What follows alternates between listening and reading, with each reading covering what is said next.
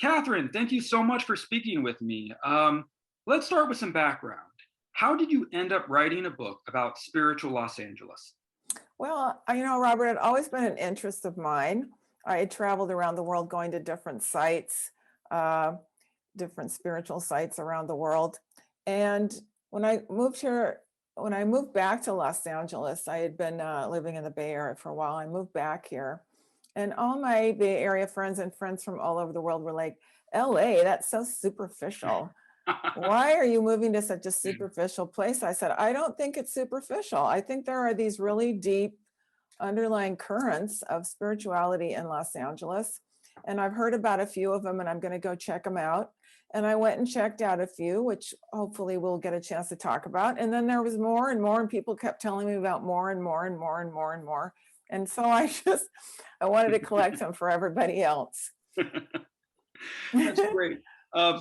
Reading your book, you really see that Los Angeles has this long and diverse spiritual history. Everything from the Native Americans to the Azusa Street Revival and the birth of Pentecostalism, to Amy Semple McPherson and the birth of the Foursquare Gospel Movement, to of course, Church of Scientology, to the New Age movement, and even to cults like the Children of God and occultists like Jack Parsons. There is so much history here. Why do you think Los Angeles has been this magnet for spiritual speakers, and it's a place of, I don't know how to call it, like spiritual awakening, or a place where people have developed so many new spiritual groups or movements? I think there's two reasons. One is the type of people who came here were always free thinkers and wanting to get away from the more traditional types of thinking from back east. So go west, young woman, go west, young man. I have a chapter entitled The Fruits and the Nuts, which people call us here to disparage us, but I think it's something we can be proud of, that we attracted people with strange thinking, people who with independent spirits. I guess the fruits refers to gay people. We're very happy that they come here. We're very happy that eccentric people come here. We are open to new types of thinking here. And so people rolled in and started their own religions. They, for example, certain, even of the traditional religions, the ones that were a little more forward thinking, of Methodists, Episcopalians, Baptists, anything you can think of, came out here to start their own trends. There were a lot of health seekers that came here. They felt they took seriously Jesus' message about healing the sick, and they felt that wasn't covered enough in traditional religion. So they came out here, particularly around San Diego, and started a lot of healing centers or up in Ojai. And people just want to do their own thing. And also, so you think of the kind of person who came out for the gold rush, like, I'm going to come out here, do my own thing, strike it rich. It's just this whole mentality. I think the second reason it's here in Los Angeles is because, I don't know if all your listeners believe in this, but there are people who specialize in charting vortexes and places of more spiritual energy. There are a lot of vortexes of spiritual energy here already. I put in my book that Hollywood is one of them, and there's evidence of all the different religions that started in Hollywood. There's vortexes. Joshua Tree is one of the places with the largest sightings of UFOs in the entire world. Topanga has had a lot of sightings and so on. So there's just strange energy here that attracts interesting ways of thinking and believing. I like reclaiming the phrase fruits and nuts. I like that a lot.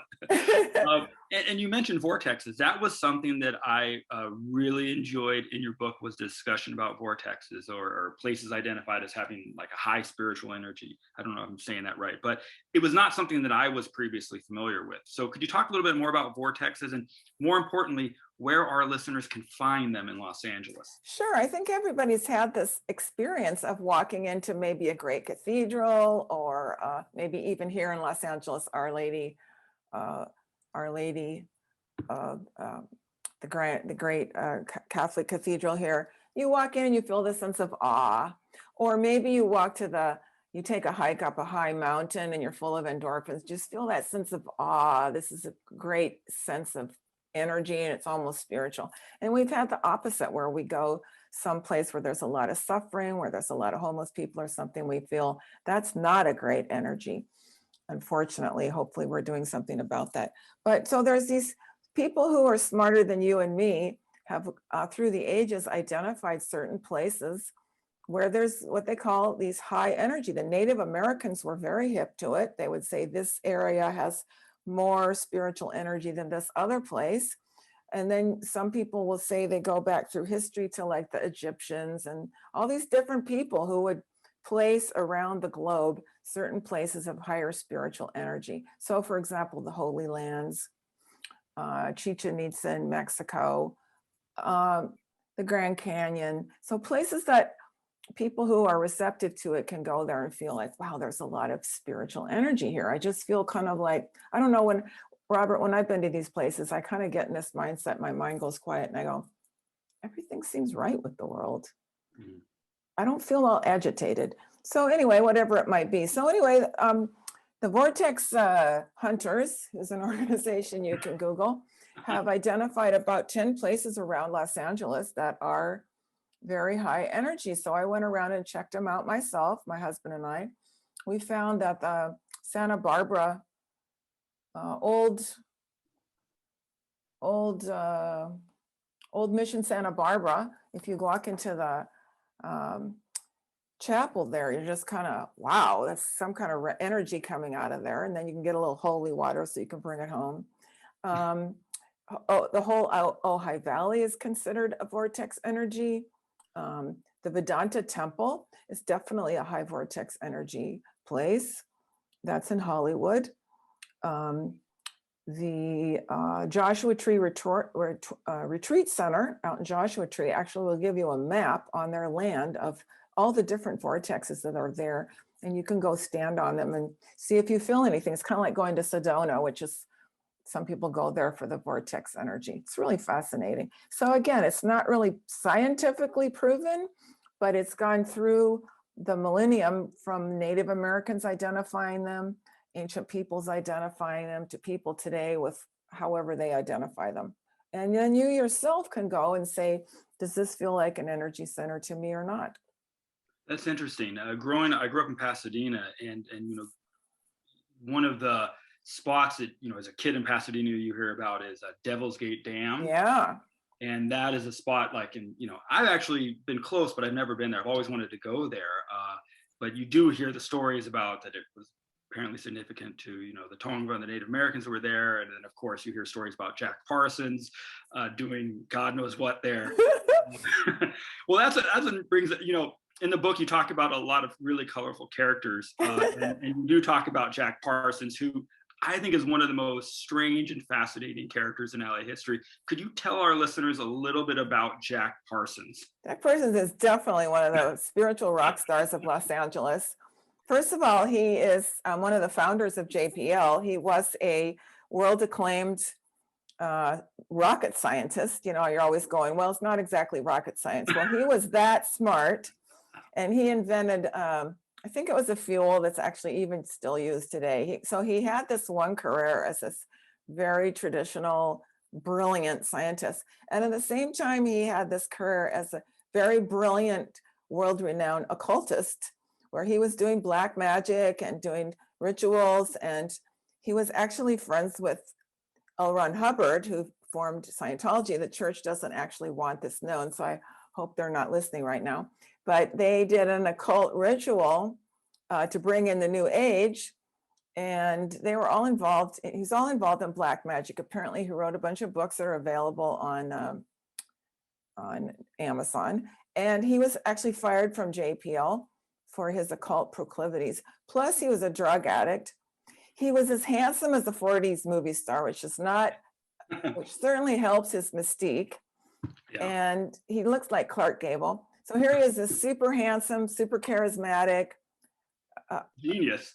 Genius, definitely scientifically and perhaps occult-wise. I don't know. I personally don't know how to judge if someone's in a cult. Anyway, he blew himself up in what was either an accident or an occult ritual that went wrong. or perhaps he was murdered because the police and the FBI were watching him. So we don't really know what was going on. He blew himself up. He's very young. I think he was in his 30s. And anyway, he's just one of the most fascinating characters of Spiritual L.A., hidden L.A., definitely. Yeah.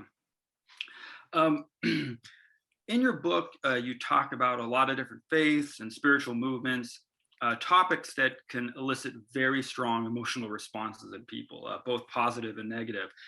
For example, you talk about different religions, Scientology, Kabbalah, the New Age movement, topics that if you brought them up during your family dinner could go south quickly. But I think you do a good job in your book of being playful and using humor when talking about them, but also being respectful. Is that something you were concerned about when writing this book? And if so, could you talk about your approach to dealing with this issue? Yeah, thanks. That's a great question. I appreciate that. I wanted to respect all religions. That's my personal philosophy. And I wanted to give everyone a fair shake if possible.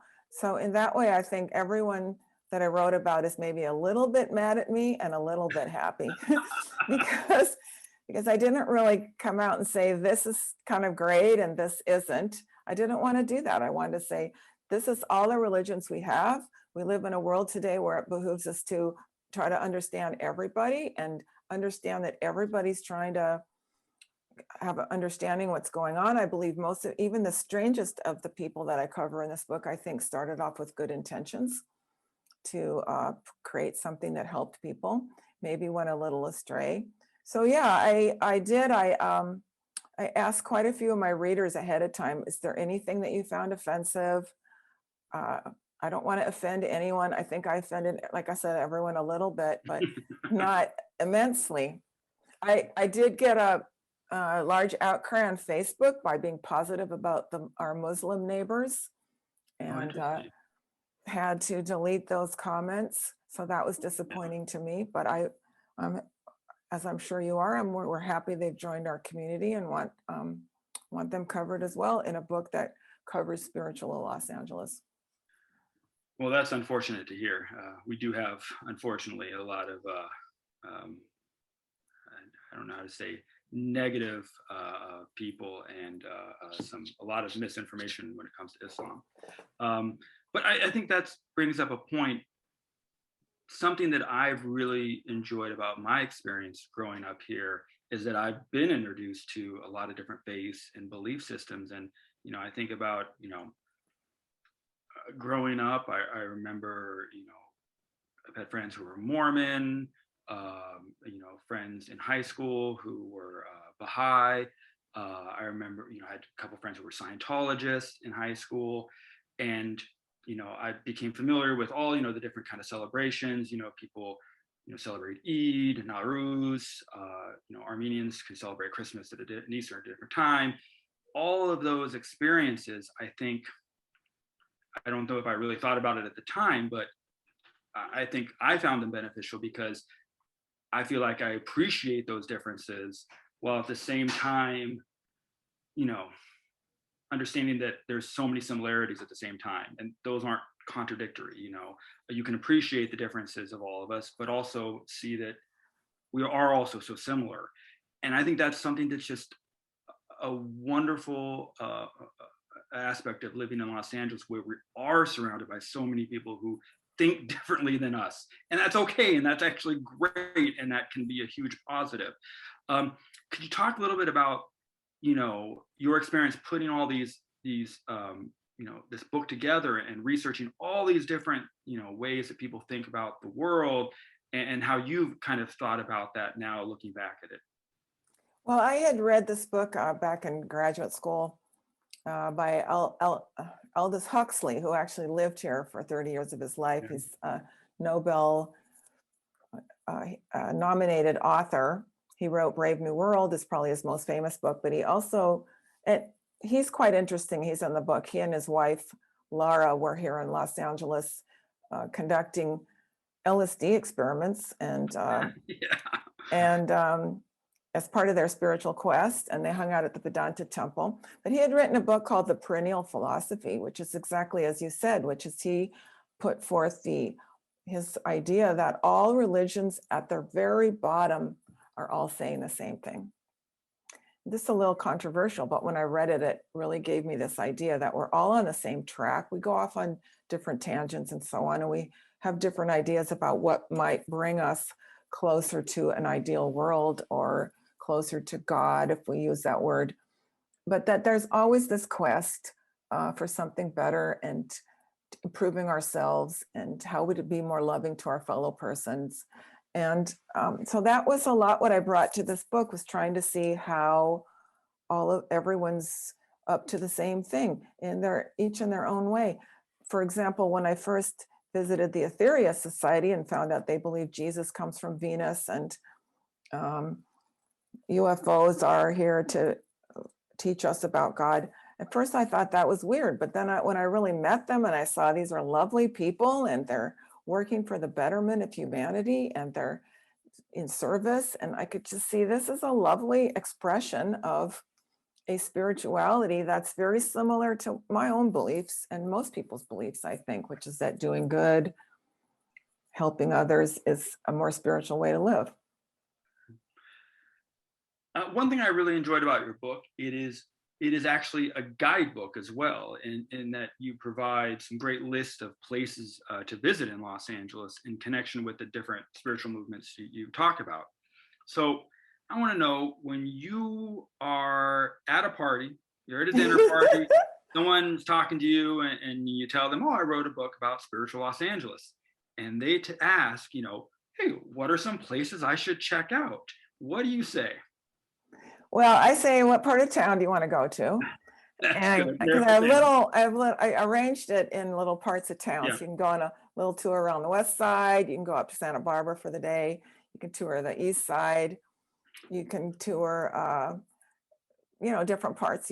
I have several day trips in the book. Some of my most favorite places are to go to the place where Pentecostalism started. Because if this isn't a hidden fact about Los Angeles, it's just amazing. This is so secret. When you think of Pentecostalism, which is the religion of shaking and speaking in tongues and so on, you think the Deep South. But actually it started right here in a little house on Bonnie Brae. On Bonnie Brae Street. It's just this little nondescript house. And you go there, and it's always amazing because every time I've been there, there are neighbors ready to come and just tell you little stories about the house. So I can't promise that'll happen to anyone else, but every time I've gone, there's neighbors that come up and say, did you know this? Did you know that? And you hear this story, you're outside the house. I think it's a vortex energy, because you just feel this energy that when they started speaking in tongues there, and I tell the story in my book that like thousands of people suddenly appeared in the next few days, all started speaking in tongues. It was this outpouring in the street. And from that, it moved on to Azusa Street because they were so much excited that the porch fell off the house. Yeah. So you just go to this house and you're like, you drive down the street and you're like, it could be any other house. Yeah. But that's where this whole thing started, which is now one of the fastest growing religions in the world. I also was interested to see how small the house is. Right. And that porch. I mean, the story about, William Seymour speaking in tongues for the first time and, getting captured by the spirit. I might be saying that wrong. Or taken by the spirit, and all these people. But I mean, I guess the porch was rebuilt, but it's a small house and a small porch. And I can't imagine all these people. It must have been what a scene it must have been. And also at Azusa Street, I read some like LA Times articles about the scene of so many people packed into this small space. I mean, regardless of how you may feel about, the faith, what a scene that must have been. Right? It's such a delicious little piece of hidden LA history. Yeah. That's one place I would suggest people go. I also suggest they go to the Vedanta Temple. Have you been there? I have not. So it's hidden away where you would never expect, off of Ivar and what is that? It's up there in the Ivar Yucca area. Anyway, you go under the freeway into this residential community where you'd never expect. And there's these onion domes of this this little temple, Eastern religion temple. And like all this Hollywood glitterati used to hang out there. Aldous Huxley, Charlie Chaplin would go there. just a list as long as my arm of all these famous people that would go and worship in this temple. And again, it's not really known. And you go in there and the energy is very strong. Mhm. You just kind of fall quiet into meditation. So that's a really amazing place to go. It's just because it's so unexpected. Like these, like I love the name of your show because all these things are just hidden. You could be passing by there 100 times and never know that this vortex of spiritual energy where all these famous people used to hang out is located.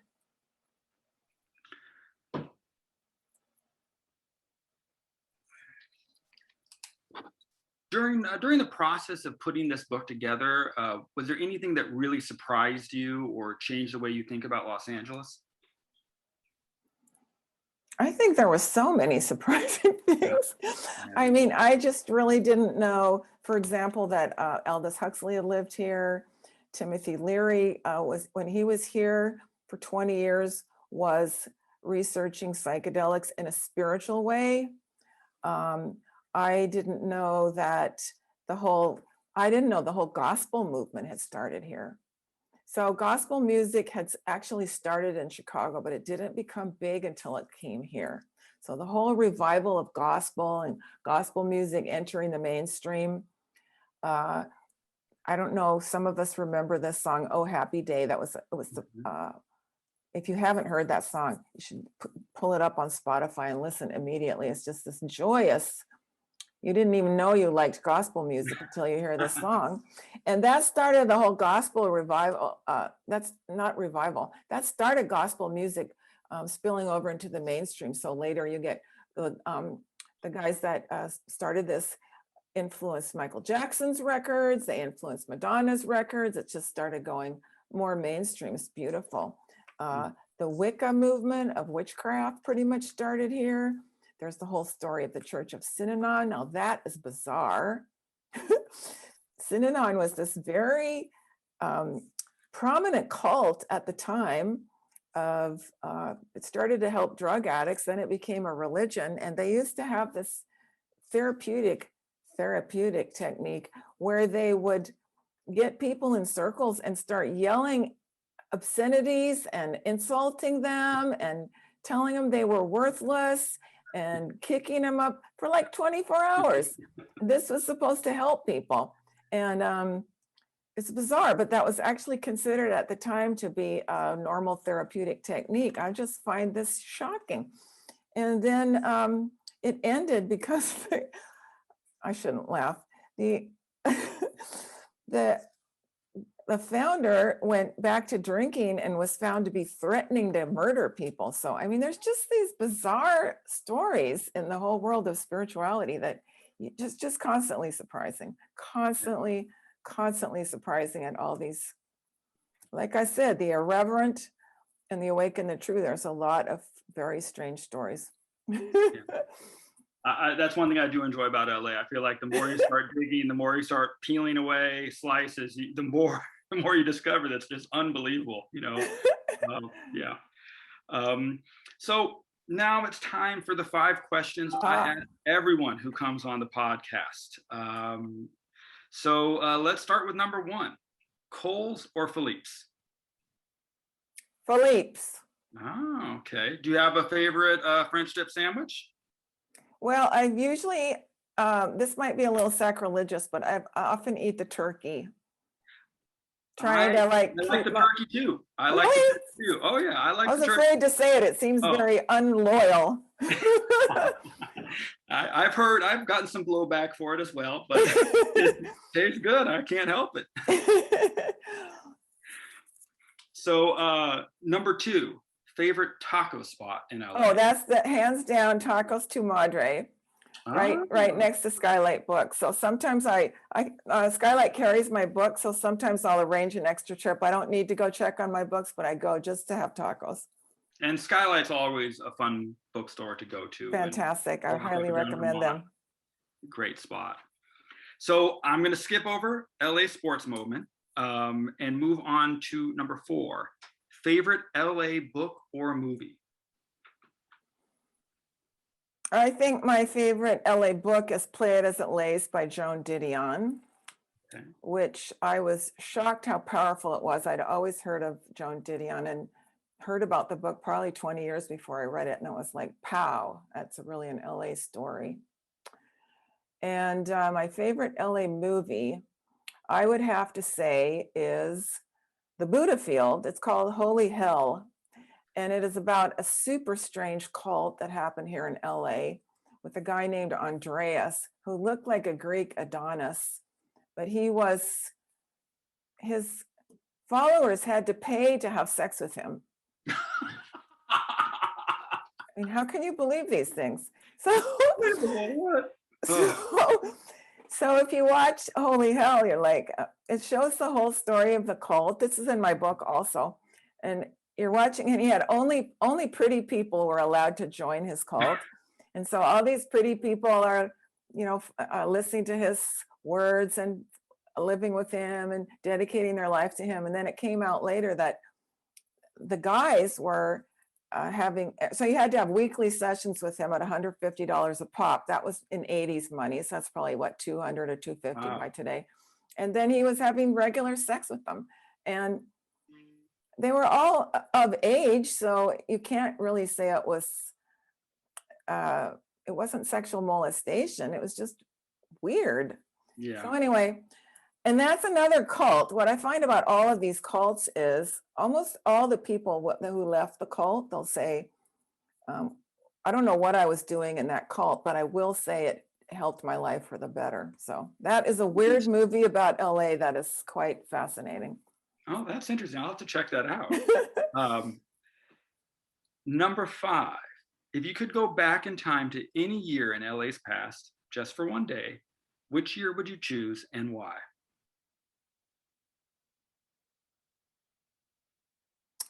I think I would take the heyday in Venice in the 70s with all the roller skaters and just watching that fantastic. There's a gal I follow on Instagram now. She's emulating the 70s roller skating with the little wheels where you could do all these pop wheelies and all that. And there was just a sort of innocence about the boardwalk back then before all the high tech companies moved in and stuff. And I just think Venice in the 70s was a glorious time to be in LA. And then there was punk music bands. We'd go see all the punk bands. And I just think that was a great time in LA. No, definitely. I'm always fascinated by roller skating. That I've only been roller skating once or twice. I'm not good at it. I think there's still a roller skating rink in Glendale. That's where I went. But at various times, roller skating has been huge. Even in the 80s, I remember when I was a kid, you'd hear about like World on Wheels, and roller skating has been really big. It's funny how it kind of comes and goes. Yeah. We'll see if there's a resurgence of roller skating again. Yeah. For a while, it was all blading, and now I think it's back to skates. Yeah. Fun though. And the 70s would be fun to see. I gotta say, I think every decade has something special, but the 70s would be fun just visually to see, the clothes, the look, it'd be a lot of fun to see. So if people want to follow you on social media, where should they go? Well, I'm on Facebook. My Instagram is just starting out. It's a little bit lame. I have a full YouTube channel, including some videos about this book and different spots around LA. And so I'm pretty visible. I also have a newsletter. If people want to sign up, just go to my website, sign up, have a twice monthly newsletter. So I'd love to stay in touch. Oh, great. Well, thank you so much for taking the time to speak with me. It was a lot of fun, very interesting stuff. And I look forward to seeing what you do next. Thanks, Robert. I look forward to keeping up with your podcast. Thanks so much. Okay.